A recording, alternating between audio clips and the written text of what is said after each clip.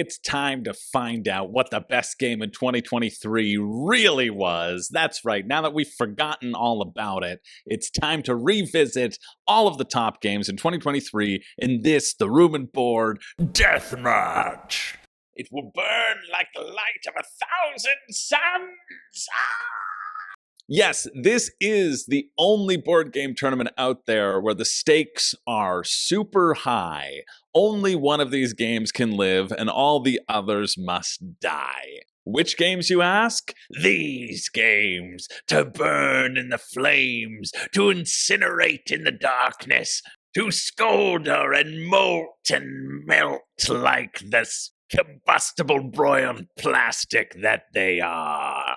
No, sorry, just kidding. These ones. Instead, we have picked the top games of 2023, and all throughout January, we had them battle to the death so that we could crown a winner for you all. If you were sitting to yourself, parsing through all these lists of games that existed in 2023, trying to figure out which is the one that deserves your money, well, only one will survive out of all of these titles. 2023 is a good year for games, but unfortunately, it is no longer because all of them are burnt. Now, one thing to note, Voidfall is not and will not be in this competition because Voidfall went very far in our Champion of Champions Deathmatch of 2022, and of course, it did not win, so it was burnt for all eternity. I don't know why people think that there can be games that were burned for all eternity and just re-emerge again so that they aren't burnt. Nah, I'm sorry, that's not how this works. No, we have a whole swath of games that I'm excited to talk about, and we're going to get into it right now. But before we do, make your predictions. Make your predictions down below which of these games you think deserves to come out on top, and then follow it up again with another comment at the end saying, yes, I was right, in your face, everyone else in the comments. I want to see violence in the comments, I want to see anger in the comments, and I want to see just general unpleasantness, okay? It's how I try to live my life, it's how this channel is run, it's the core values of this channel, and so please help me with my mission to make everything just generally awful. Or, as that other deathmatch might state, flicker a light matchstick spark, hot, hot, hot! Something along those lines. And it seems that the corner of the room that I've picked and the time of day that I've picked is going to engulf my face in its own sort of fire. So let's see, that'll be a little mini game. How alight will my face be set? I don't know, but that's their time. I've given you enough time to check out all of those games. Make your predictions, and we're going to see which one's going to come out on top. Of course, with little descriptions of them all, but not too many so that this video is a million years long. It's only going to be, 3 hours. Let's get started right away into our first matchup. We have Earth, which has topped the charts of so many people's 2023 lists, taking on Everdell Farshore. This is a friggin' battle and a half to start us off. I always randomize the matchups, but these two are really strong contenders to go all the way. Earth sitting at 187 on Board Game Geek. Everdell Farshore sitting at 2552. However, it's re-implementing Everdell, which is number 34. It's my personal number 3 of all time, and I have yet to play Everdell Farshore. But it kind of takes the same tenets of Everdell with a little bit of a twist. You have your same market area, you have your same spots where you can place people. Your same, tree that doesn't matter, doesn't really need to exist. The burning's already started. And the burning has started for one of these games, that's for sure. Perfect, that's the image we want. Plan your actions carefully in order to build and sail, for only by adapting to the winds of change will you succeed. They made a big box of Everdell, and they're like, okay, but we still want to make more cards. So instead of just adding more cards to Everdell, they just made a whole new standalone game. And I kind of like that as a concept, right? It worked for Dune Imperium Uprising, which isn't on this list.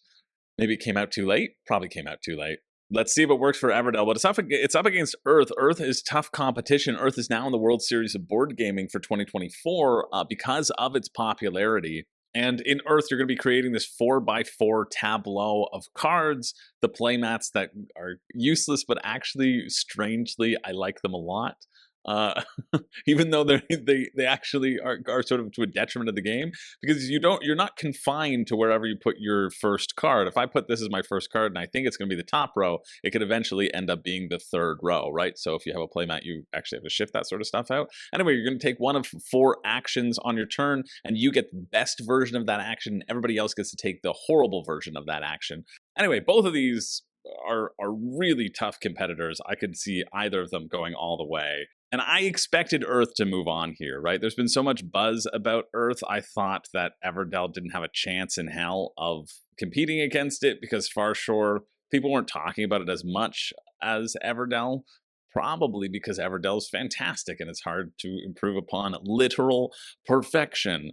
When it was called, it was actually a decently close vote. It was 12-10 for the winner. But now looking back, it's actually 16-10 for the winner. And the winner of this matchup is not Earth, but it is, in fact, Everdell Farshore. Earth is eliminated from the competition early on. We already have our first upset. If you predicted Earth down in the comments, well, you're in for a ride, because I know a lot of other people predicted it and then they were mad.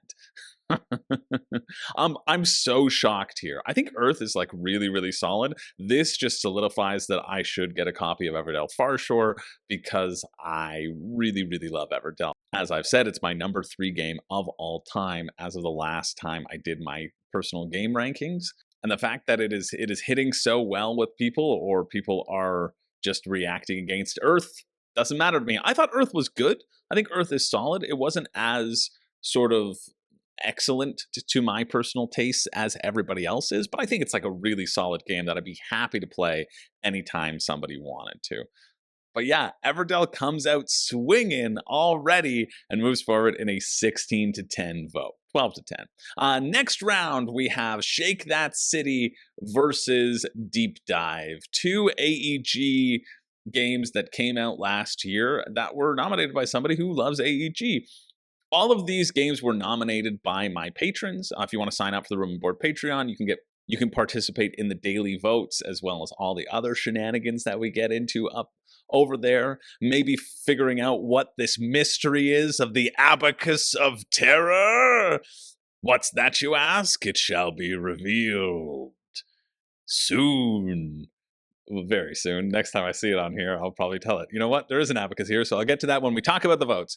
But if you want to sign up for the Room and Board Patreon, there's a link down below. You support the channel, you get access to the Discord, and just hang out and chat. And you can help me justify all the time and hours and days off and evenings that I spend working on this channel. And it helps pay for new equipment, food for me to eat, and new games. Those are the 3 things that I only spend my money on. That's it. Anyway, so all of these are nominated by patrons, and I think that's a relevant statistic. All of these people are fans of board gaming. You have to be a pretty big fan of board gaming to subscribe to a Patreon of a YouTube board game creator. Any Patreon, doesn't matter, but the fact that you take enough joy out of YouTube content that you actually want to support it and you actually want it to keep going and you wouldn't be sad if it disappeared entirely, that says something about everyone's love for games. And so I think all of these games that are nominated all have their relevance, even though Deep Dive for me, I didn't think looked that particularly interesting. I'm glad to know that somebody loved it enough to put it on their list as like top of 2023. It's awesome. So let's talk about Deep Dive right now since we're here. Deep Dive, you're going to have a number of these tiles that are out there. I covered it in Crowdfunding Countdown way back when. I think it was a combo of these 2.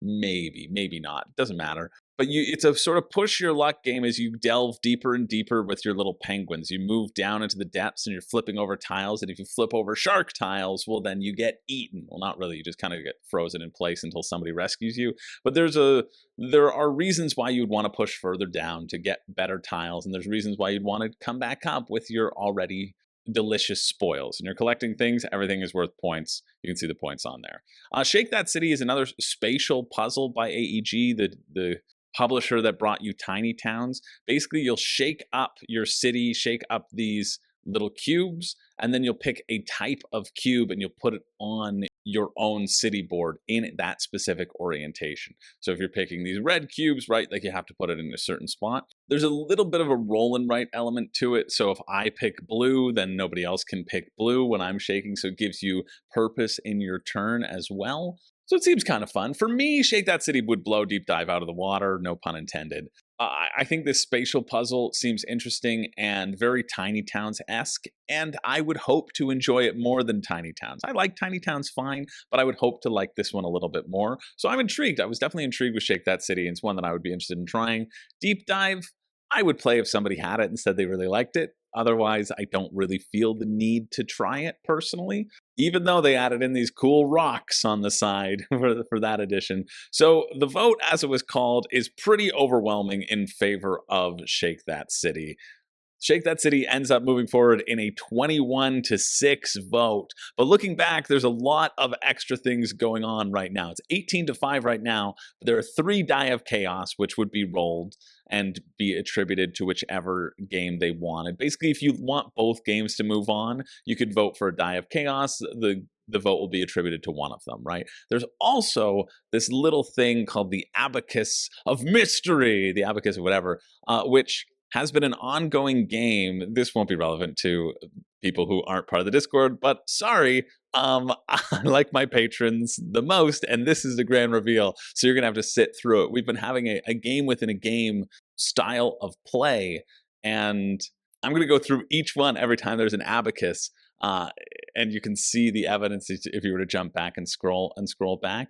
The abacus is a game within a game. It is a way to throw a vote down if you haven't played either of them, if you're undecided, if you wanted to have some sort of impact or some reason to tune back into the game. And the first one was an easy abacus vote. It has always been the intention behind this abacus to reward people for either solving it or to reward people for solving it and to give them a way to manipulate the votes in their favor. Give you a way to take all the undetermined votes and add it to your side. The first time it came around, it was an odd, even situation. It would be attributed to one game or the other. And so you could then sacrifice your vote to skew the votes one way or the other on the abacus so that it would fall into your game if you figured it out. Again, therefore, taking all of the undecided votes. This time around, it has been going on for about like 4 or 5 months. This time around, people got really close. And actually, you know what? No, there was a time where people got close that I'm going to get to it,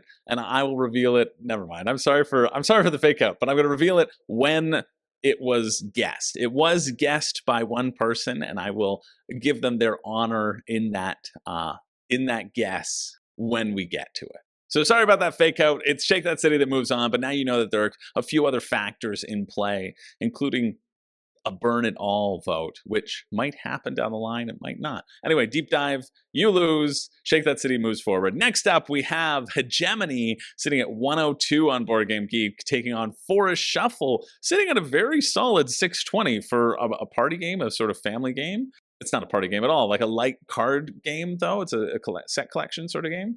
This one for me, it also feels like an obvious one. I feel like Hegemony is the #1 game of 2023 on Board Game Geek right now. So if you search by all 2023 games, Hegemony is rated the highest. It's sitting at 102 right now. It will crack the top 100 anytime now. And the fact that something has done that in a little less than a year is pretty impressive. Hegemony is a game all about this asymmetry. It's called Hegemony Lead Your Class to Victory, and that's because you're going to play as 4 different classes: the working class, the middle class, the capitalist class, and the state itself. All of these have very complex rules and very complex win conditions that I couldn't even begin to scratch the surface of in this video.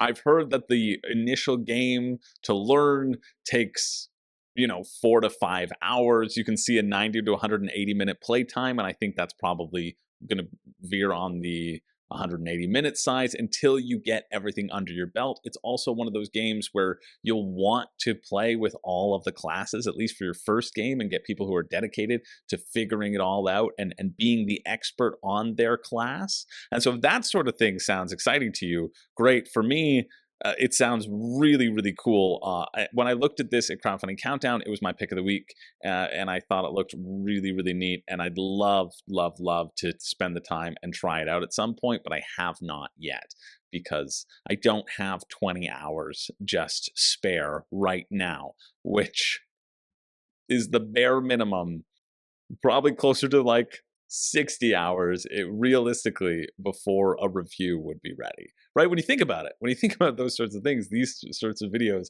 anyone giving you like a comprehensive review of something like this, it takes a lot of time. So I'm gonna try to get my hands on a copy and give you a review. So that'll probably come out next year, by the time I've wrestled up enough people to play it and fully appreciate it. But I know the people who love it are really enjoying it, and it's got a cool solo mode as well. I think Hegemony looks really, really cool. But Forest Shuffle also looks pretty neat. Forest Shuffle is another very simple card game. It's really simple, a simple rule set. You're gonna draw 2 cards on your turn, or you're going to play a card into your little tableau in front of you. You can have trees, and then you can have multi-use cards that will go either above or below, or to the right or to the left of trees. These will have a cost, and what's also kind of cool about this game is that the cost isn't cards that you're going to have to discard. The cost is actually cards that you have to put back into the clearing. And so there's this flow, not just of like throwing cards away, but actually choosing which cards you offer up to your opponents to take and to put into their area. Now, I imagine there's not going to be that much sort of hate drafting and denial here from Forest Shuffle, because it's just going to be a simple card game, right? You're not going to want to slow it down that much. But I do like the option that, oh, if something does get pulled, or you're accruing a bunch of cards, you have that chance to get them back and to have that flow. And then person with the most points wins. I believe Hegemony does have a solo mode. I was just scrolling through the Discord and realized that it says 2 to 4 players on here, but I know a bunch of people have been playing it solo. Maybe there isn't an official solo mode, but there is a solo mode that people have been enjoying for all of you solo players out there. The verdict on the solo mode is it's fun, but it's unbalanced. So take that for what you will. And so this vote came down to 16 to 9. When I look back, it's around the same, 16 to 9. And that was about the bar that I was expecting, but it wasn't the result that I was expecting. It is not Hegemony that moves forward. I don't know what is happening here. The foxes have gotten their little claws into everyone. The fox on the box just slipped their way past there. Maybe it is because Hegemony requires such an investment, right? Like the people who like it a lot, but it's hard to convince people to play with you. Whereas something like Forest Shuffle, you can pull out anytime, sit down at a table, easy, light filler game with some meat to it, no problem. It is Forest Shuffle that moves forward in a 16 to 9 vote. Hegemony is burnt for all eternity. Don't worry about that review. It's never coming because it no longer exists. Congratulations goes to Forest Shuffle. Forest Shuffle moves on into the next round. Next up, we have Expeditions versus Kinfire Chronicles. Expedition, which is much different than Expedition. Expedition in 1996, or 1980, or 2020, or 2010, or 2022, which is now Relic Hunters, but isn't updated in Board Game Geek, I guess, or 1967, or 2003, which is now called Monkey Mission. There's some sort of monkeying that's happening around here. No. Thankfully, Jamie Stegmaier avoided copyright restrictions by adding that S on the end. You're in the clear, Jamie. We have Expeditions that's taking on Kinfire Chronicles. Expeditions is in the world of Scythe and has a very Scythe feel to it. I haven't played it, but I got a demo of the game. You're going to have a number of different tiles that are laid out, and the same basis of Scythe. You're going to move around the map and try to hit 6 objectives or 4 objectives. I think the number's a little bit less. It's another efficiency puzzle where every tile can do something different for you and has different ways for you to earn these criteria. There might be 6 criteria this time, and you have to hit 4. It looked all right, but it also looked very similar to Scythe, the only difference being that you have to return to a camp. So one of these tiles will be, or a few of these tiles will be your camp. And so people will know when the end of the game is coming. It can come up a little less suddenly than in Scythe. Also gives you a little bit more time to react, a little bit more time to grab more points on the way, which I don't mind, but I also didn't mind or don't mind how suddenly the game comes with Scythe. Like it doesn't come that suddenly. You can see what everybody's working towards. You can kind of feel the tempo of the game. But yeah, seems fine enough, and I know a lot of people are liking it, so it's just like another take on Scythe in that Scythe universe. Its opponent is Kinfire Chronicles Nightfall, which is another campaign game where you're going to adventure, battle, and explore, making choices on quests, fighting enemies on a map, the enemies will draw chits out of the destiny bag, and that's how their attacks are determined. So you have a list of attacks, so you know what the enemy's going to do, and then you don't know how they will respond. And then exploring the world and moving forward as most campaigns do. I personally haven't seen that much of Kinfire Chronicles Nightfall. I thought it looked like another campaign-style game. But I do know that the organizational system inside this makes it really easy and active to table, and honestly, that's all I need to know to be okay with Kinfire Chronicles moving on in an 18-5 vote. Really just smashed Expeditions. I think this might be one to watch, and you should listen to me because I know the outcome of this tournament, okay? And I'm going to spoil it for you right now. Or was that a double bluff? I guess we're going to have to see. Next round, we have our first entry into this deathmatch tournament. We've been doing it for 2 years now. Wow, 2 years. That flies by. We have Phandelver and Below, the Shattered Obelisk, a D&D something campaign. That's it. It's a classic adventure that expands the lost minds of Phandelver into a full campaign with many surprises in store. It was nominated as something to look out for, and so I thought I'd include it. Because I thought that was kind of cool, and the RPG and tabletop blends very well together. But it's taking on Thunder Road Vendetta, which again is another one of those games that I've been hearing a lot from Board Game Media, a lot of people who are trying it. I was just at Level Up this past a couple weekends ago, and Jeremy Howard was telling me about a game of Thunder Road Vendetta that he played where he careened into a ramp and he had to flip or into an obstacle, and they're like, well, you're probably gonna explode unless that obstacle's a ramp, and it was, and he soared over the ramp and then hit another wall in midair and then skidded onto the finish line and ended up winning the game through that just random wild thing that happened. And I think that's a wonderful way of describing Thunder Road Vendetta, that sort of zaniness, the wackiness race. If you want a race with lots of chaos, I think that's what Thunder Road Vendetta is trying to bring you. For me, I'm always 50-50 on race games, racing games. I like Heat. I do like Heat. I played Heat for the first time recently, and because the World Series of Board Gaming has it in their lineup, and I needed to know how to play, so I played a bunch of it so that I could judge the tournaments and answer any rules questions and make the decision on what modes we were including in the mini tournaments and which ones we weren't. But it's not my favorite of genres. It's not my favorite genre for sure. I wasn't sure how this vote was going to go though, because of this being a D&D module, right? A little D&D campaign. But we had people talking about Phandelver. The person who nominated it, shout out to Chaotic Neutral Scott, says that he's DM'd the original version of the adventure, which was really good, but only at level 1 to 5. And so this update and expansion tweaks the original and follows 1 up to level 12. I'm DMing this as well, and the new group is really enjoying it as well. And he made the point of Gloomhaven brought me to board gaming over lockdown to try and get the experience of D&D in his solo experience. Honestly, most of the fantasy-based campaign board games that I've played do a good job at this.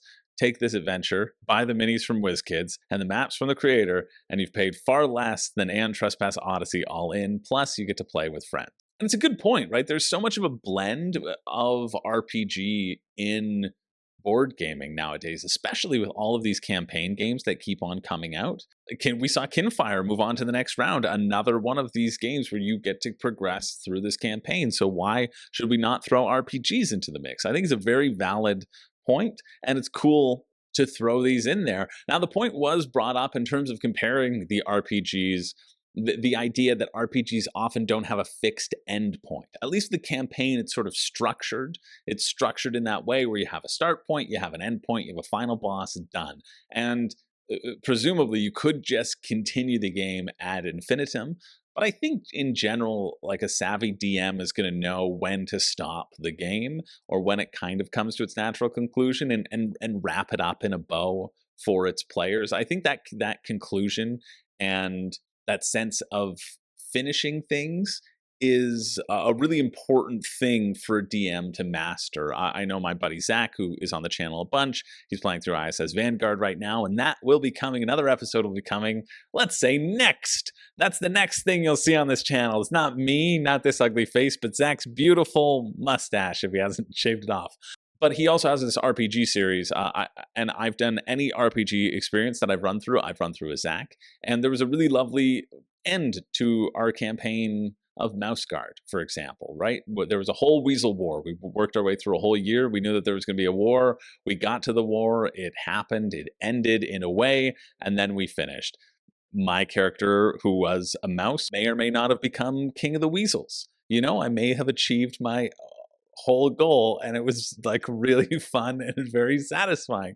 And then we moved on to a different campaign, right? And so I think if you have, which then, you know, fizzled out because, well, maybe we should have just kept playing Mouse Guard. Maybe that was the thing that was keeping us together. But I think if you have like a particularly adept GM who knows when to call it quits and when to pivot and when to move on to something else, move on to the next campaign, for example, or to wrap your storylines up, I think you could probably replicate the same feel as one of those major campaign games. Really, but it really does come down to the GM. Those campaign games, they have those rules entrenched in them, right? They have all those rules that are keeping the ship afloat, and you turn to the rule book and you say, hey, listen, does this thing happen? In an RPG, you turn to the GM and you say, does this thing happen? And they tell you with confidence an answer. Whether or not it's actually in the book, you'll never know. But I think that might be the difference between these sorts of things. And so I think thinking about how not all of the, I wish there were more pictures here to go through in this RPG Geek, but there's not. It's just the front and the back of the books and the cover. So I think it's a fair thing that the success and the ability to play really depends upon having a capable and competent GM for an RPG, whereas you don't need that thing for a campaign game. And so there was a lot of back and forth between these two, but eventually it came down to a 13-13 tie. And in the case of a tie, everybody gets one extra vote that they can use throughout the monthly Deathmatch. And if you attribute that vote to the winning game, it counts as used. And if you attribute that vote to the game that loses, well, you don't lose your vote because the game lost, so it hasn't gone through, right? So the tiebreaker is the game that gets the most extra votes. It is the most passionate fan base that gets to push their passion through. And the passion fell for D&D this time. It's Phandelver and below. If you like D&D and you like the mini campaign of Phandelver, absolutely check this out because people are loving it. Sorry, Thunder Road Vendetta, you're burnt. You're burnt for all eternity. Let's keep it moving to Legacy of You versus Stationfall. Legacy of You, I think, has been around in these death matches for a little bit. Maybe in the solo game, the solo Redux game. Legacy of You is a solo-only game where you are trying to manage the waterways of China, right? Your father before you, he screwed up and he couldn't do it, and now it's up to you. You're the only hope. It's all you. Like every Garphill Games, it has the exact same descriptor. Get yourself a bunch of points and defend yourself against invading barbarians. But it's also a 7-game campaign. It's a little mini campaign game that you can keep on going through and see if you defend the waterways from all the barbarians or not. It's up against Stationfall, which I remember when Stationfall was back on crowdfunding, I thought it looked fun. It's this weird social deduction-esque style game where everybody has their own unique character, and every character has its wildly unique goals and wildly unique ways of playing. So people were talking about who had played a bunch of Stationfall in the chat. There's a bunch of niche rules to remember for every character. I was just reading through the chat now. It probably comes up later because Stationfall is the one that's going to win. Spoiler alert. That one character was just a body that had to be dragged from one side to the other. One character is just a monkey in space bashing things with a wrench. One character is a millionaire who wants to just leave on their own life pod and leave everybody else behind. It's got all these like really quirky things to them. Legacy of You should get a good shout though, because people really do love it. I know it's been really well received in the solo community. Multi-use cards, escalating and de-escalating difficulty, a great insert, letting it be easily set up and torn down. I love that people are investing in this now, especially in campaign games, especially in resettable games. Oh, you know what I just thought of when I thought of resettable campaign games? I thought of Iridia, and I thought about how excited I am for when that comes and the beautiful setup and teardown that exists in that. Woo!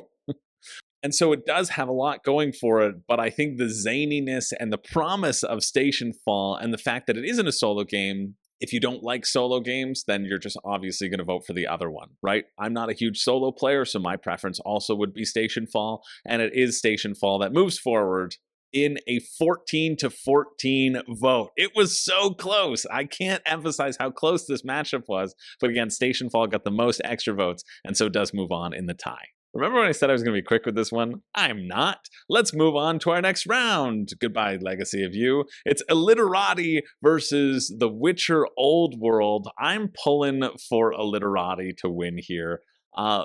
Illiterati is one of those games that I think might have been my pick of the week in Crowdfunding Countdown. I know one of my patrons always messages me about it and says, hey, you'd really like Illiterati. I'm like, I know, I absolutely would. It's a co-op game where you have to share the tiles that are in the middle of the board. There's going to be a bunch of tiles in the middle of the board, and you're all drawing things and making your own words depending upon your character and the scenarios that are happening or the levels that you're on. You got to work your way through a number of different levels and clear a number of different words. And so you're sort of passing letters back and forth because, yeah, you could make a really good word, but you've taken all of the letters and you've just left Z's and Q's in there. And yes, it's pronounced Zed, like the famous band ZZ Top, but you might be screwing over your partners, right? You have a 3-minute countdown. It's 3-minute rounds that are happening, and you all have your different goals. This one, here's the example. Using 8+ tiles with at least 3 green symbols.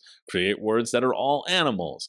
All those sorts of things. And so you can freely trade, but it's frenetic and fast-paced because you're passing things back and forth. It looks really cool. I think it's an awesome game.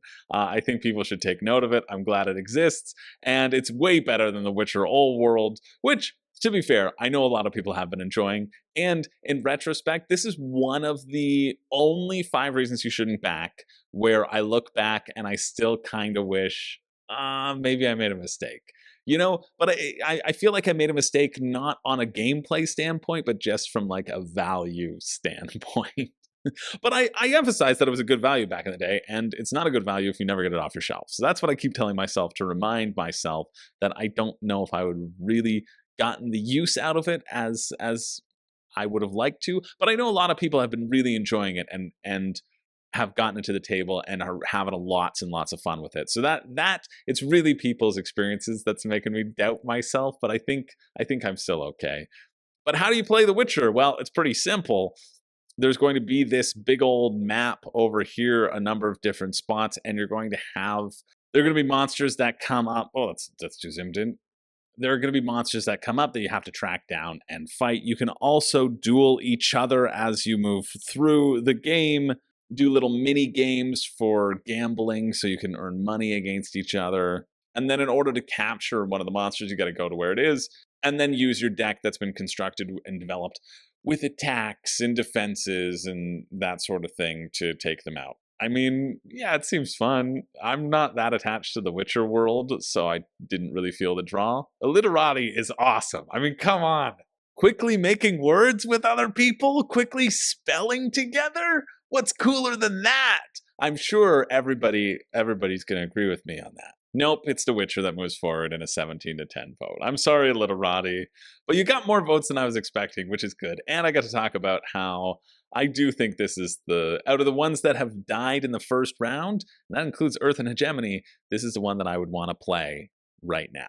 But The Witcher moves on. Moving along to the other side of the bracket, we have Great Western Trail New Zealand versus Unmatched Adventures Tales to Amaze. If you want a little bit more of a breakdown of these, you can go see the Niagara Board Gaming recap that myself, my friends Zach and Colin did. The 3 of us got to play Great Western Trail New Zealand, and it's incredible. And Zach played Unmatched Tales to Amaze, and his thought he had never played any of the Unmatched before. He thought, I like this system if it weren't a co-op game. He was thinking, yeah, these all seem really cool, but I want to be facing off head-to-head against somebody and not in a co-op game. Unmatched takes that similar style of Unmatched. You can take any of your characters, which is all card-driven. You have a bunch of cards that do a different thing. Unmatched also has, if there's a picture of the board, one of my favorite line-of-sight mechanics ever, as long as you're not colorblind, I guess. But there's some texture on it, so there you go. You're safe that way. If you're standing on a gray space, you can hit other spaces that are gray. That's it. Very easy, super intuitive. It's awesome. It's an awesome, cool thing, and I like that a lot. I think the trouble with Unmatched is you have so many characters now that the more characters you have, the less you can test out how they all mesh and balance together. And of course, you're going to get some swingy matchups. And I think the same will apply for the Unmatched Tales to Amaze. But if you thought that idea, that system of having these characters look cool, and you don't like that confrontational head-on combat, well, check this one out. However, anyone who has ever played Great Western Trail, the regular version, should play Great Western Trail New Zealand and has liked it. I guess if you didn't like it, then don't play this one because there isn't a complete overhaul. But if you did like it, this game to me is the better version of Great Western Trail. And I really like Great Western Trail.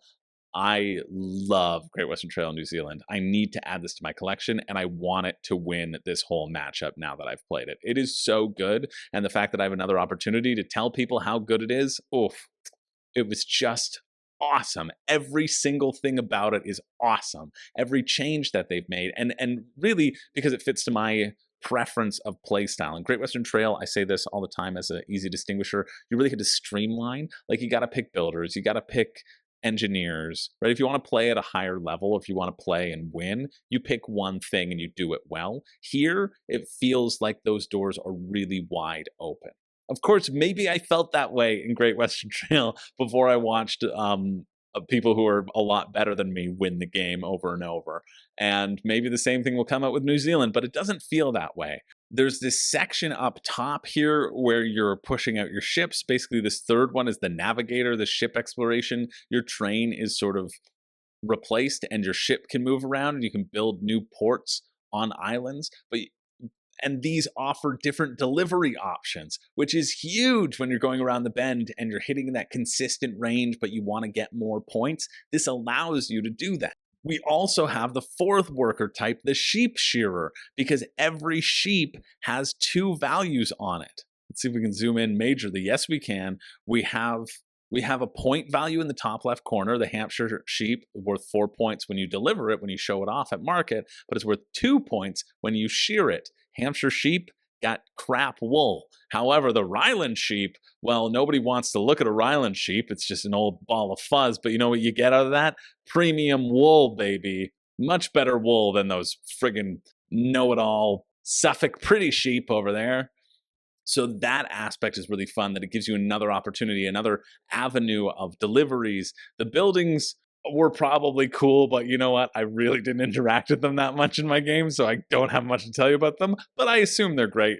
The other cool thing that happens with Great Western Trail New Zealand is the market. So there's two different avenues for market. There's basically an A number and a B bag, and you draw out from the A bag, and the A bag will be all of the people, and the people will cost less the more of them there are. It just makes sense.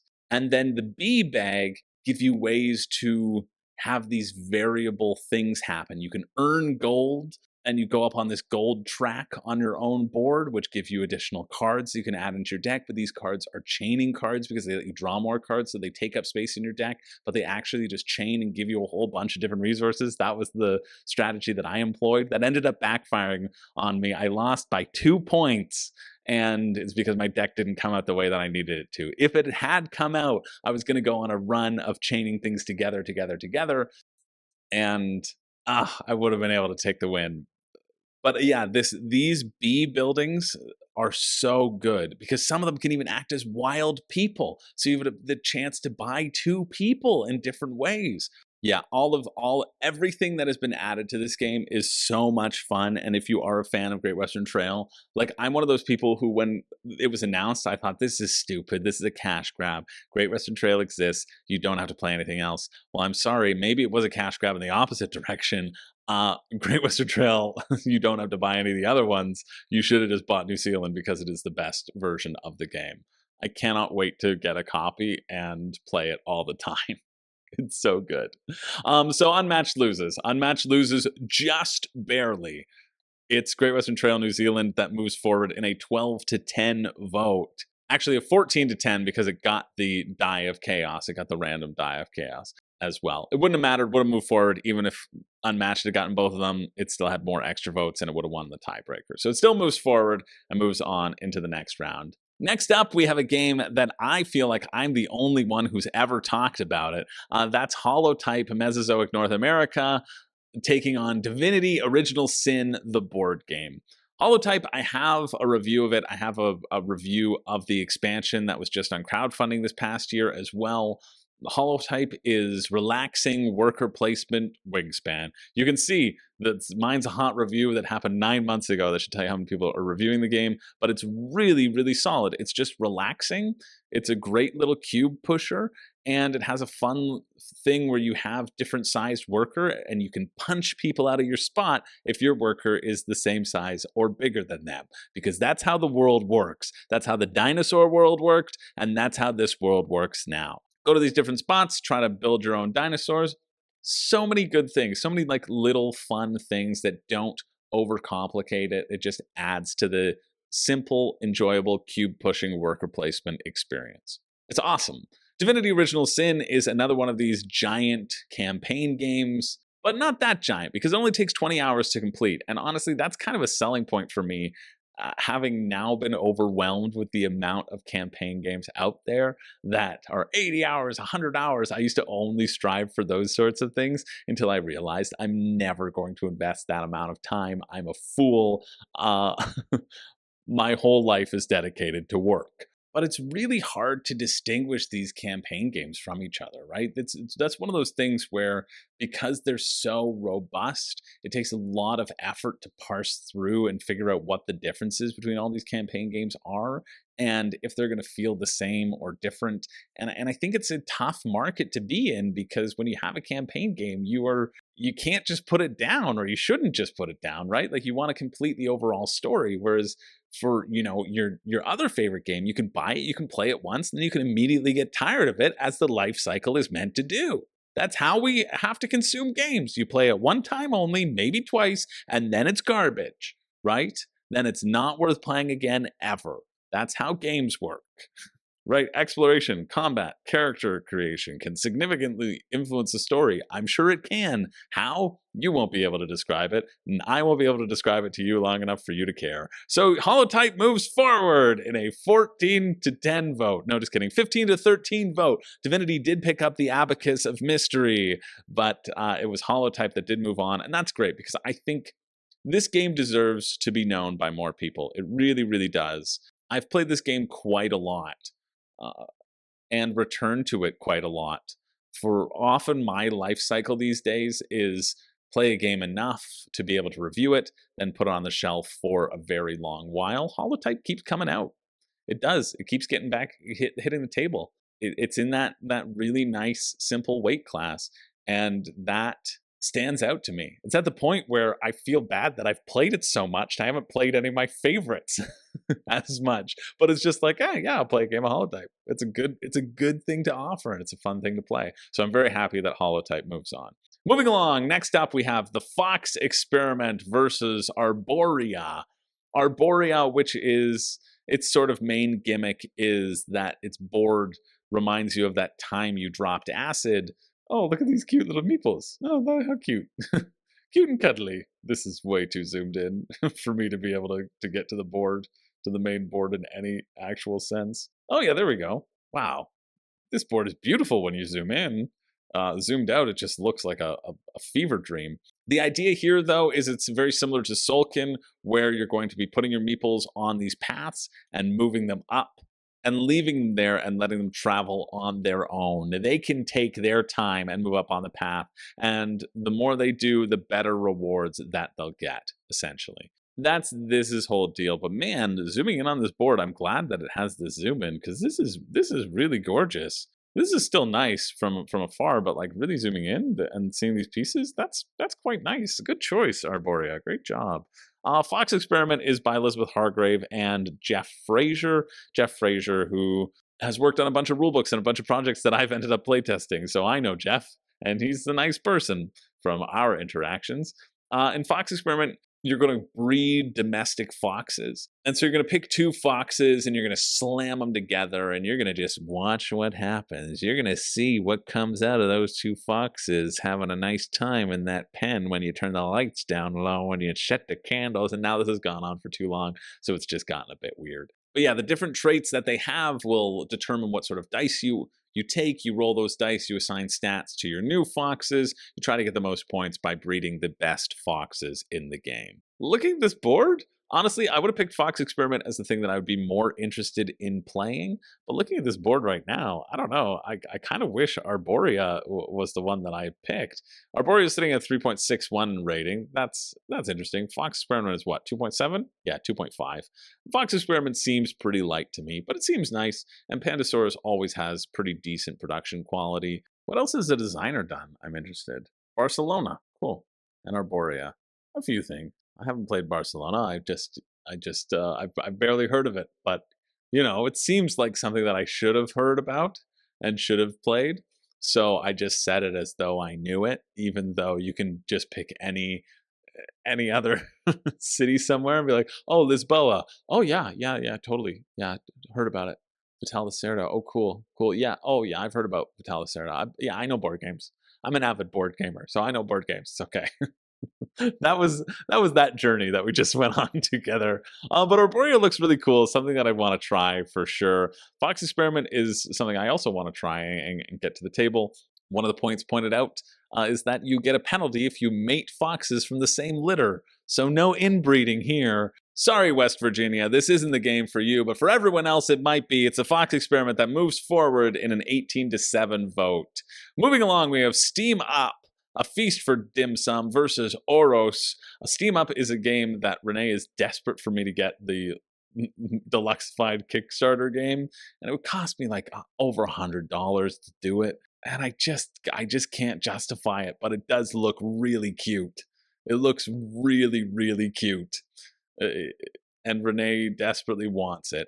You're going to be using your ability. There are 12 different abilities, 12 for each of the zodiac signs, 12 different characters with all their different abilities to take dim sum from the trays and get this set collection style game. I'm hoping that when I get the game Charcuterie, that will assuage Renee's bloodlust for Steam Up, but who knows? She also doesn't want the retail copy. I said, oh, there's a retail copy right here. We could buy it right now. And she said, no, Chris, I'm against everything you stand for. Looked me dead in the eye and made me regret every choice in my life up until now.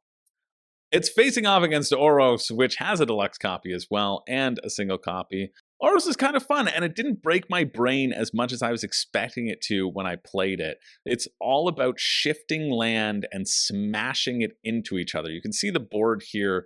There are these lines on the outside, and this means you can shift land masses all in one direction and shift everything, swirling them around for the goal of smashing the numbers together to make even taller mountains so that you can put altars on those mountains and have people worship you. It was pretty fun.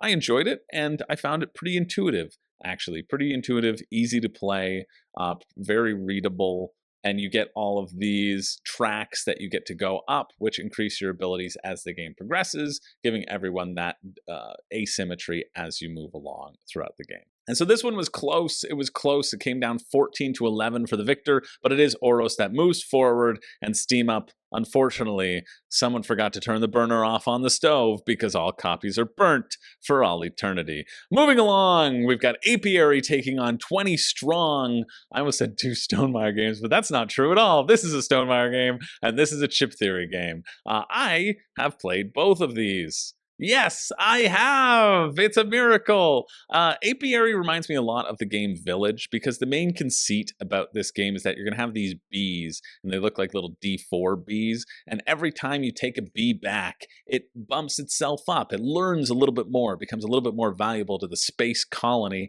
and then when it goes out, it can do more things, because every space that's out there is always like, hey, if you put something here, you get to do X times the number, whatever you put down. So all the spaces are better depending upon your number that you put there, and your number 4 is the most valuable bee, because then that bee goes into hibernation, and it hibernates in a farm up state. and you get points for putting your bees into hibernation. Yeah, this isn't the problem whatsoever. We're not just trying to murder all the bees here. It isn't just ruin our planet, the board game, because it's in space, and we're ruining the space solar system as well because we can't pollinate the galaxy. But it's Stonemaier, so of course the production quality is really good. Every Stonemaier game I have encountered has had incredible production value. That's just flat across the board. They do great stuff. Everyone has their own unique starting ability as well. They really hype that up in the description as something to have, but it's not like overly manic. This game was solid. It was really solid. It didn't blow me away. It just made me want to play Village again. You know, I think I don't need to have Apiary in my collection because I have Village, and they give a similar feeling of making your workers better and better and then killing them off and killing them off in time. I also got behind. We all got behind pretty quickly in the game, and then there was no way to stop Yuval from just wrecking us, even though I was like, hey, Yuval's wrecking us right now. And everyone's like, yeah, well, I guess we'll keep on playing. So that was sort of a little bit of critique on that one. But you've all played well and got it quicker than us, so there you go. It's a fun game, really solid, great production value, and not too complex to get to the table either. Nothing really bad to say about it. 20 Strong is Chip Theory's cheapest game out there, so therefore it's my favorite Chip Theory. Well, I haven't decided yet, but it's pretty fun. It's very simple. You have a deck of cards. There are a number of different decks. They have a number of different systems, but their standard one is Solar Sentinels. That's what comes in the base game. And you're working your way through a wave after wave of baddies. And how you do that is you have a little player card here. Let's zoom into it. This is the player card that you are. This shows your health. This shows your, what's the word called? Dang it. Strategy. That's your strategy stat. See, come on, forgive me. But it takes care of like your rerolls and whatever. And then you have your other one, which I just read and forgot. It's your refresh stat. How many dice you can get back. Because you can contribute as many dice as you want to the battle. And that's fine, but you only have a certain number of dice. So you want to only roll the things that you'll get back, but sometimes you need to commit more because they've got more hit points and you need to make sure you hit. I'm very good at this game, and that's just because I rigged my dice. Oh, but for the people who have 20 Strong or are considering 20 Strong, 20 Strong's little perk is that it comes with a beautiful gasoline smell because the dice weren't off-gassed in time. And everybody was like, oh, you got to wash your dice. You don't actually have to wash your dice. You just need to give them to a neighbor, huff them for a while in their garage, and then they can get a benefit. And then by that time, it's off gas, so you don't need to even worry about it because just give it to your friendly neighborhood huffer. Or you can put them in a bowl of vinegar. That's what I did. I put it just in a bowl of white vinegar and water, add a little vinegar, a little bit of water, and just sat them overnight for 24 hours because I didn't want to scrub them and wash them. Came out, didn't have a smell anymore. So if you still haven't, I know I'm a little late to the party, but if you still haven't washed those dice, or if that's a barrier to starting, that was an easy way for me to, I was like, I don't have the bandwidth to wash these dice. What do I use? Soap? I've never heard of that thing. So it just felt like a lot, right?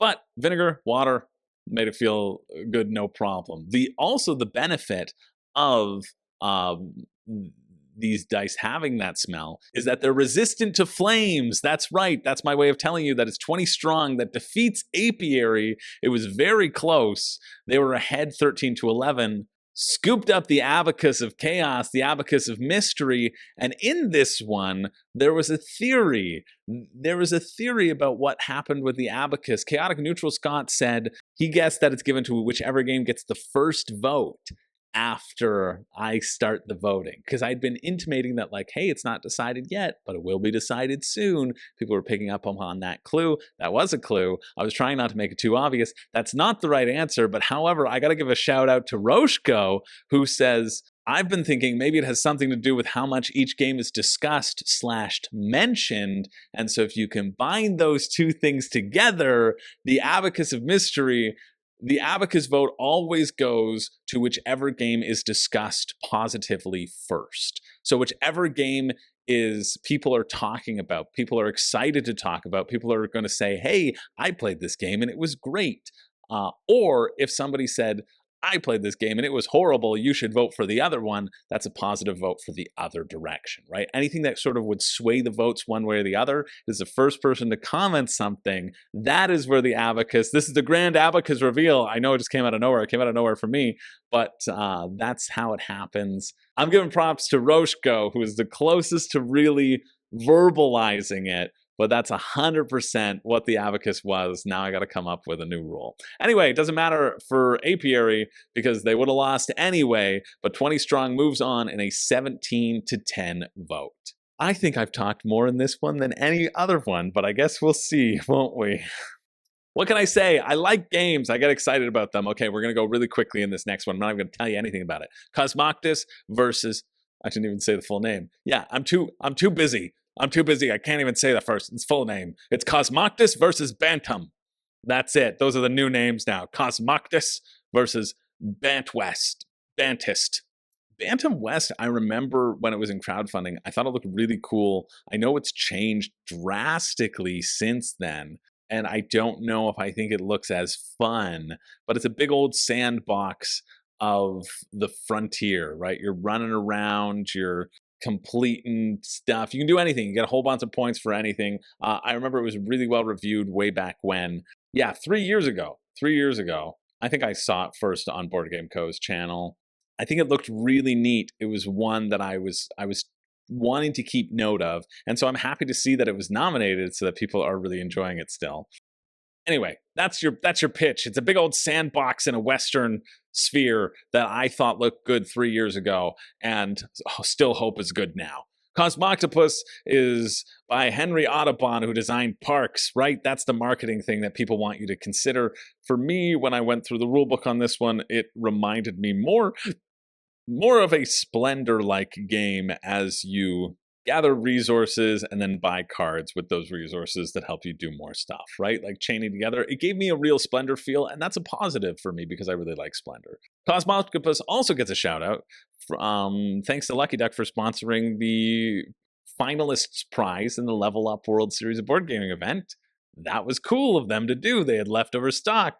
We didn't have a budget. And so Lucky Duck added it. Well, Level Up took it from Lucky Duck's contribution, but still, people seemed excited to get it. And a few people were like, yeah, I already have it, and gave it to their opponents. So I thought that was really nice. And because of that, it's Cosmoctopus that wins. Not because people voted on it in a 16-8 vote, or perhaps even larger. Nope, 16-8, that's what it was. But that other reason. Let's move on, because we're moving quickly to City of the Great Machine. We only have 2 more matchups, 3 more that we really have to introduce of new, and then we can really move through it quickly. City of the Great Machine taking on Lunar Rush. I did a demo of Lunar Rush. I thought it looked okay. It didn't really blow me away, but there's something interesting about choosing your pathway to space. Basically, you're going to load up these little spaceships. You can see these spaceships, they're loaded up, and they also have different pathways of how long it takes to get back to space. And the slower you go, the more cargo you can carry. And it's this game of 7 rounds of going to the moon, taking all the resources, and coming back down to Earth. That's essentially all you really need to know. City of the Great Machine, I also have a review on the channel, and it's great. It's a really, really good game. I'm hovering between a 4.5 out of 5 and a 5 out of 5 on this one. Like, I think it's really fun. I actively look forward to playing it again as well.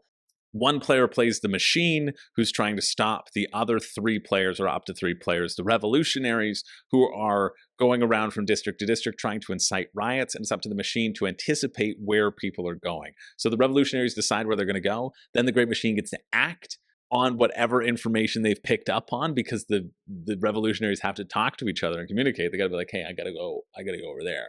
Okay, I'm going to go there. And the machine's watching, always watching. Tick, tick, tick. Your time is stotching. Nailed it. Yeah, fantastic game. Really, really fun. I was surprised at how many votes Lunar Rush picked up. City of the Great Machine moves forward in a 13-11 vote, but that just must be because people haven't played City of the Great Machine. It's really good if you like that idea of trying to read your opponents and anticipating each other's movements, and also playing in a group. If you have a group who likes working as a team against one miserable individual, well, then it's pretty good. So City of the Great Machine moves on. All right, finally, this is our last one of the matchup. We have Darwin's Journey versus Bounce Off. Now, I know what you're thinking. Chris, why are you going to the Bounce Off page? Hasn't Bounce Off been replaced with Game Bounce? And yes, you are thinking correctly. It has been replaced. Game Bounce is the champion of all champions. Game Bounce is the only game that matters. And Game Bounce did occur in 2023. However, I don't know that we can stand for this perversion of our beautiful Bounce Off, all right? Game Bounce, even though it was crowned as the best game of 2023, I know, and this is the best game of 2023, so it probably should be included, but it would wipe the competition out of the water and there'd be no competition, right? Same reason why Voidfall can't be here. Neither can a champion of all champions. And in addition, we need to fight back because you know what has stood the test of time? Bounce Off, okay? You know what didn't need to be around in 2023 because it was already existed? Bounce Off. You know what's my special sweet baby boy that you can't never take from me? Yeah, it's Bounce Off. It's also Bounce Off. So Game Bounce, you've been put on permanent pause, okay? You've been put on permanent pause, all right? We're going to get the truest Bounce Off back into the competition, but in a second because we don't want to offend our Game Bounce overlords and we can't do it. So a new competitor, a new competitor has appeared and emerged. I'm getting loopy. Has emerged into the ring, and that is Distilled. The reason why I'm getting loopy is because of all the liquor that Distilled has made. So we have Darwin's Journey versus Distilled as our last matchup of the bracket. Distilled making a surprise re-entrance. Darwin's Journey sitting at 159. I mean, that's always the way with complex games, right? Like, complex games are going to be higher on BGG than non-complex games, but Distilled sitting at a very comfortable 468. I own Distilled. I haven't played Darwin's Journey, but I thought Darwin's Journey looked really cool. When I ranked all the $1 million campaigns, it was like at number 4. I think it looks great. It's a worker placement Euro game where you have to simultaneously navigate the map and see how far out that you're going to explore while also investing into researching and developing theories of evolution, etc. It looks great. Distilled is a whiskey brewing game. You're going to have your main market here. I thought that would zoom in a lot more. Let's try that again. You're going to have your main market here where you will have ingredients that you can purchase. There's going to be a market phase and sort of a distilling phase. You can spend your money to purchase whatever you want, permanent upgrades, ingredients, additional barrels and bottles where you can brew, where you can distill and then sell your spirit in. You always have just like one dusty barrel and one dusty bottle in the corner though, in case you never want to upgrade into the fancy stuff. But in order to create some of the good stuff, you need a specific type of bottle to brew as well. This is the example of an end game kind of player sheet that might happen. So you have the market phase where you take all these ingredients and then you will choose which one of your recipes you want to try and brew. And you'll stick all of those ingredients in, you'll shuffle those ingredients, and then you'll pull off the top and the bottom of those ingredients. And as long as you don't remove things from your flavor palette, then it gets brewed because some of the alcohol gets burned off, right? That's to represent the distilling process. And they're all scaled in this way that if you were to pull something that you shouldn't have, well, then you can just make some moonshine. You know, you can make some moonshine, you can sell it, because you only get to brew and sell one thing on your turn. Well, you only get to brew, really, and distill one liquor, and then you can choose to age it if it is something that can be aged, or you can sell it immediately to get an influx of cash and potential points so that you can have more money to buy better ingredients down the line. It takes place over 7 rounds. At the end of the 7th round, the person who's made the most points through brewing wins. Really slick system, easy market game. I played this with Zach and his roommate recently, and his roommate doesn't play a lot of games. Not Brandon, who's been on the channel, but his other roommate. And he was blown away. He was like, wow, this is cool. Wow, this is really neat. And I agree. It's a slick game, and it can appeal to people who have familiarity with games who don't play them all that often. So unfortunately, Darwin's Journey it hasn't been around enough, I think. Although I guarantee it's a fun game. That's a Chris George guarantee right there. And I just handed that out willy-nilly, but There you go. I trust Tim Riel because he talked about it one time. Tim, if you're watching, that shows that I like you and pay attention to the things that you post. But it is Distilled. It moves on in a very dominant 22-5 vote. So we're back. We're back to the start, and we actually only have one more challenger to introduce because I don't know if you saw, but there was a bye, and that bye went to Marvel Zombies, the Zombicide game, which is Marvel Zombicide. There you go. That's your explanation. And so I really wasn't sure which way it would fall. Everdell defeated Earth, remember, but Marvel Zombies has been sort of one of the most talked about games. I was so expecting it to be Marvel Zombies versus Earth, and I didn't know what would happen there. I still don't know what would happen with Everdell versus Marvel Zombies, but I think there's enough people who have been enjoying Marvel Zombies since it has arrived. I think Deceased is going to be the better iteration of that version. But for now, it's Marvel Zombies that takes out Everdell Farshore in a 16-8 vote. Goodbye, Farshore. We never knew you. Moving along to our next matchup, Shake That City versus Forest Shuffle. Remember Forest Shuffle, who took out Hegemony. Do you think Shake That City is going to stop them? Do you think Shake That City is going to stop that sweet little fox? Or do you think there was a cry for some hot fox-on-fox action at the very end to really start 2024 off right and emblemize what was good about 2023? Fox-on-fox action. Yeah, I thought not. Shake That City looks good, but I would much rather try Forest Shuffle. I think the lighter card game genre stands out a little bit more than the Tiny Towns-ish genre, and I only think Tiny Towns is just okay. So I would prefer a card back and forth forest romp, and that's what we've got.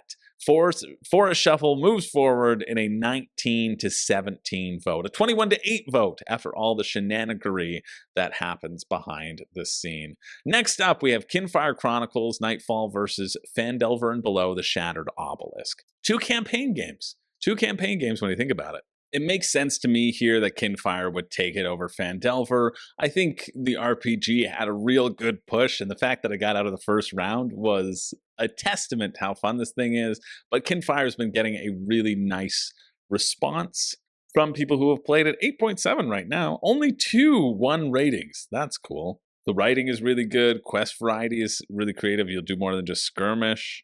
What a little great option. It is expensive, but oh no, found the storage organization fiddly and inaccessible. I ended up completely redoing it.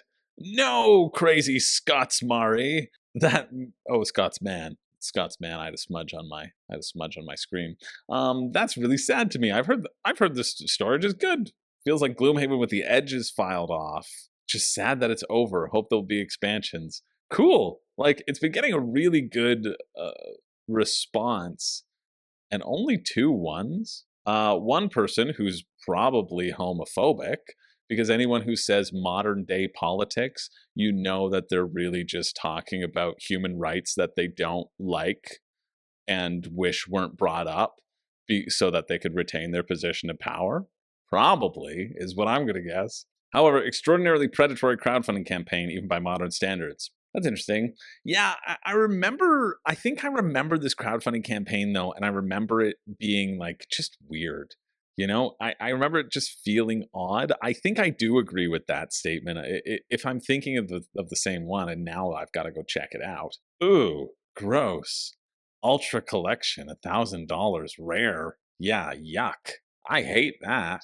MSRP 150, so you got $50 off when you backed it. Yeah, this video felt very like you should buy us because we're the best thing and we're making all board games right and no one else has made them in a correct, like, thoughtful way before. It did feel a bit preachy, like, to be fair.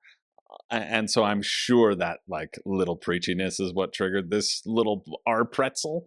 But the other pretzels, A to S pretzel, I had no problem with it.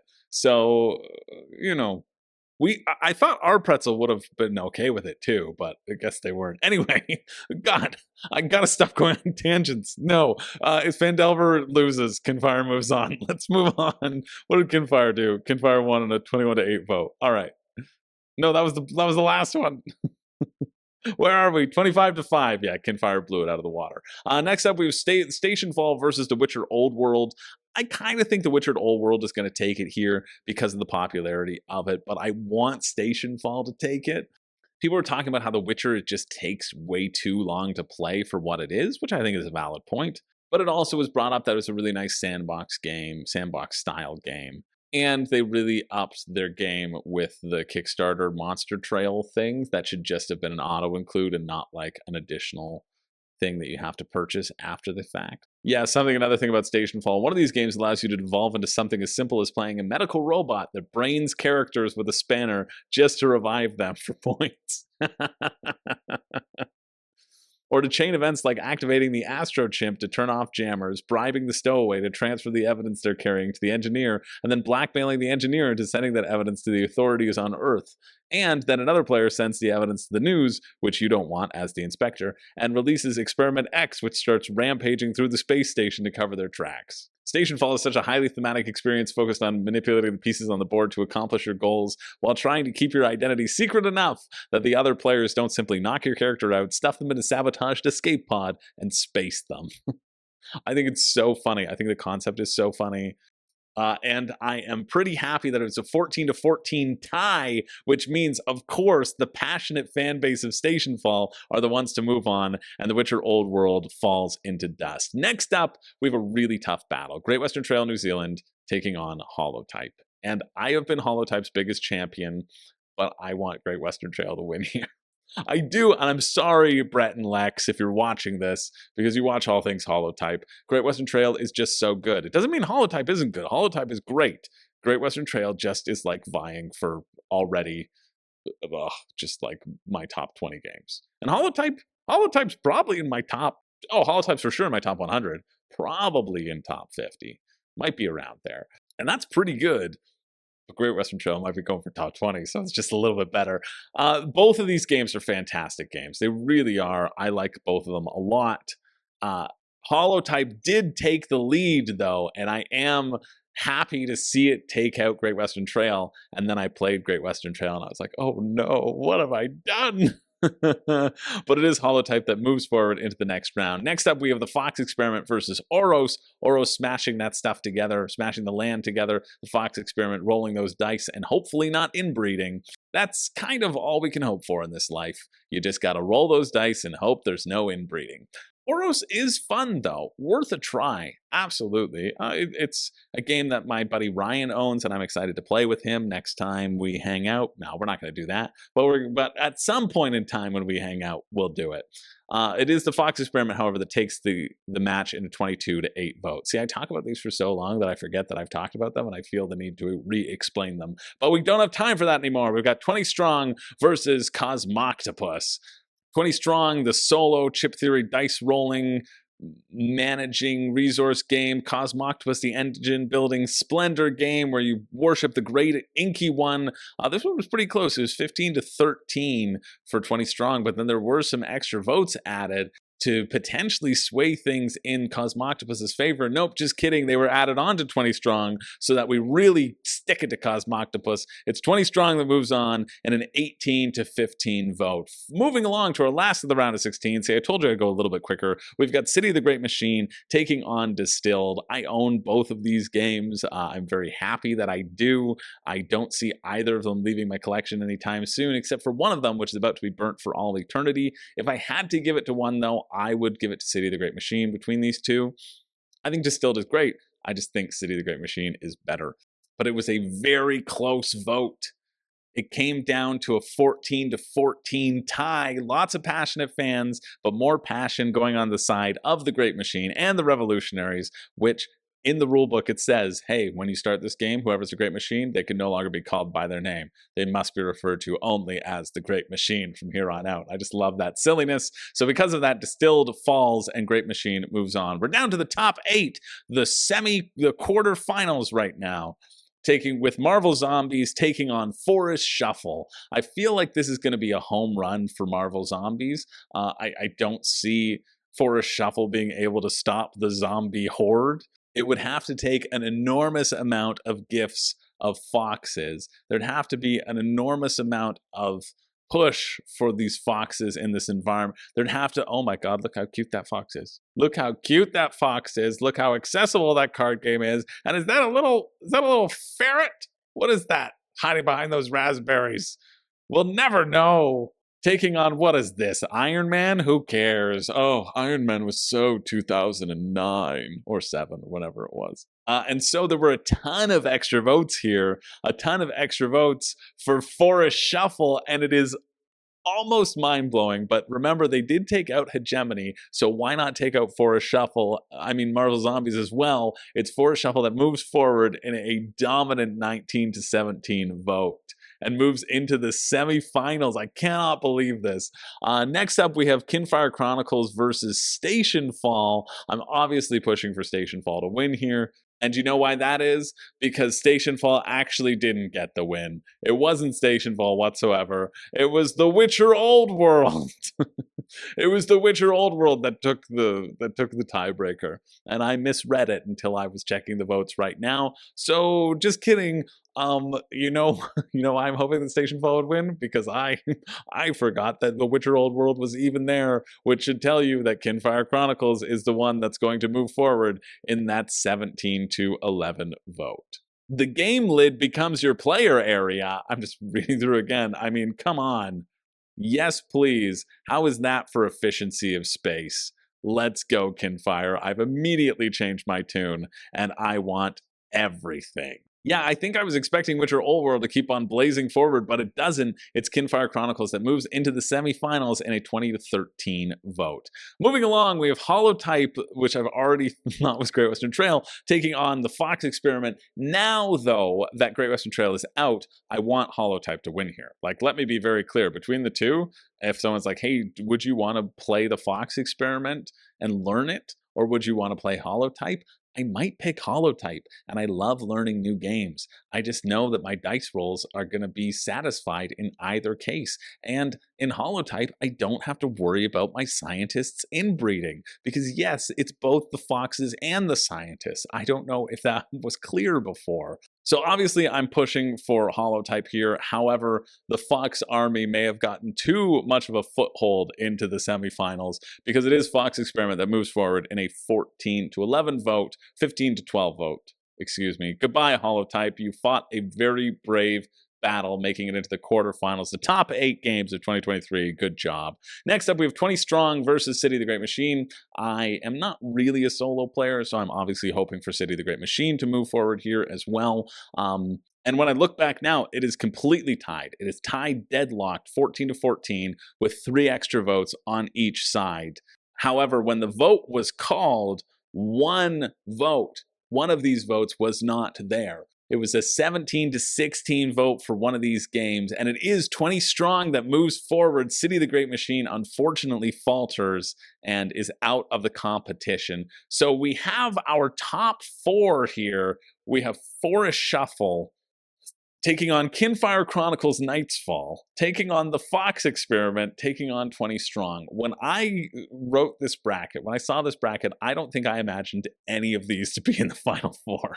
I really didn't. I thought it would probably be Marvel Zombies. It would probably be Witcher Old World. It would probably be Great Western Trail New Zealand. This was before I played it. And then I was hoping for City of the Great Machine, or I expected Distilled to kind of push through. But it's none of those. It's Forest Shuffle, Kinfire Chronicles that are taking off in the first semi-final matchup. Will the campaign game army be able to triumph here, or will it be Forest Shuffle with the Foxes? Can we get a Fox on Fox final?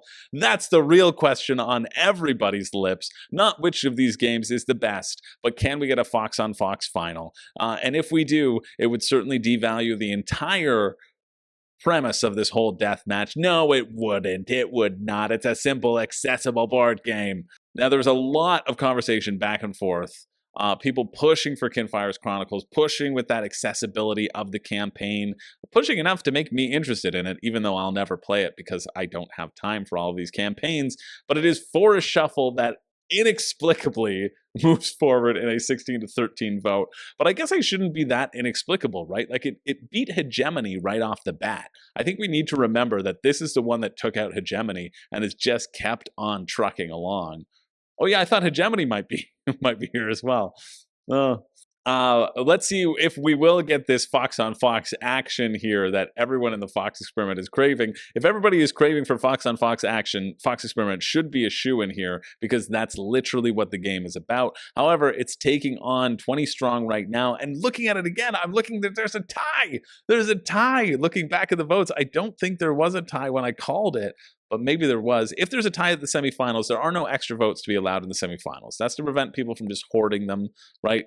And you have to use them when you want to on your game. And it is a tie. It is a tie, a 13-13 tie. So the tiebreaker here is to go back in time and see throughout the history of the votes how many extra votes were used on a specific game. So one of these games got 6 extra votes throughout the tournament, and the other game only got 1, showing the passionate fan base behind it to propel one of these forward into the finals. Now, you'd think that the meme army of Fox on Foxes would be the ones who were throwing down their extra votes to push it forward, but that is not the case. It is the passionate fan base of 20 Strong and Chip Theory that moves 20 Strong into the finals, and the Fox experiment is dead. Our final matchup is Forest Shuffle versus 20 Strong. This is it. This is the showdown of the best game of 2023.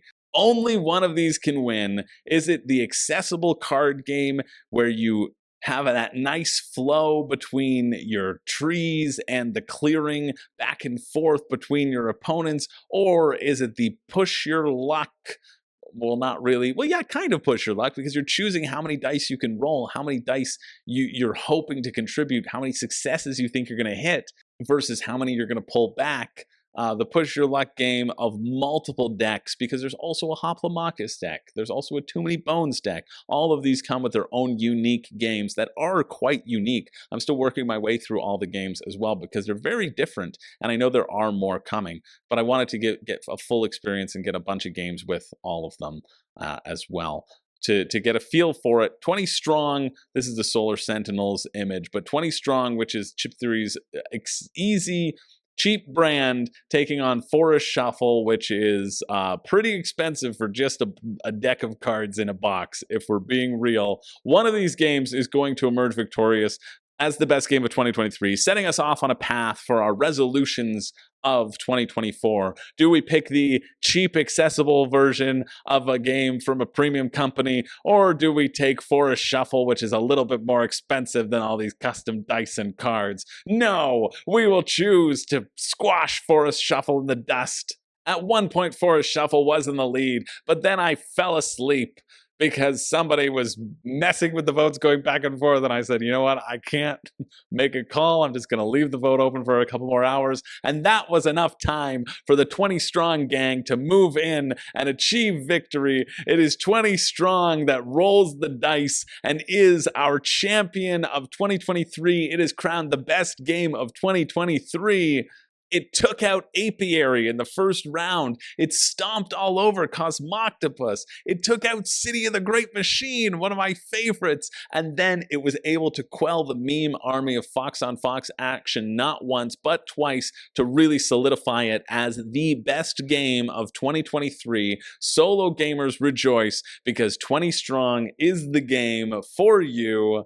That is it. Congratulations goes to 20 Strong, the champion, the best game of 2023. Definitively, now we have our answer. We've reflected over the month, okay? We've reflected over that past time. We decided not to put this out when everybody else does. We wanted to really take those extra 30 odd days to reflect and feel which is the best game, and we did it, all of us together.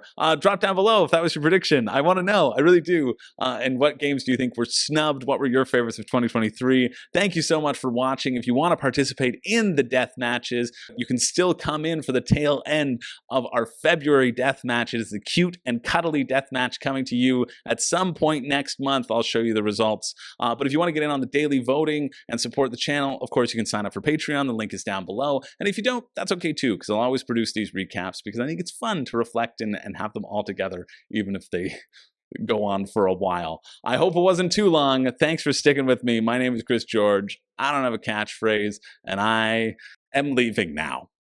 Oh shoot, I've got to call the vote. I got to call the vote for the next day. Oh, I can't believe I forgot to call the vote.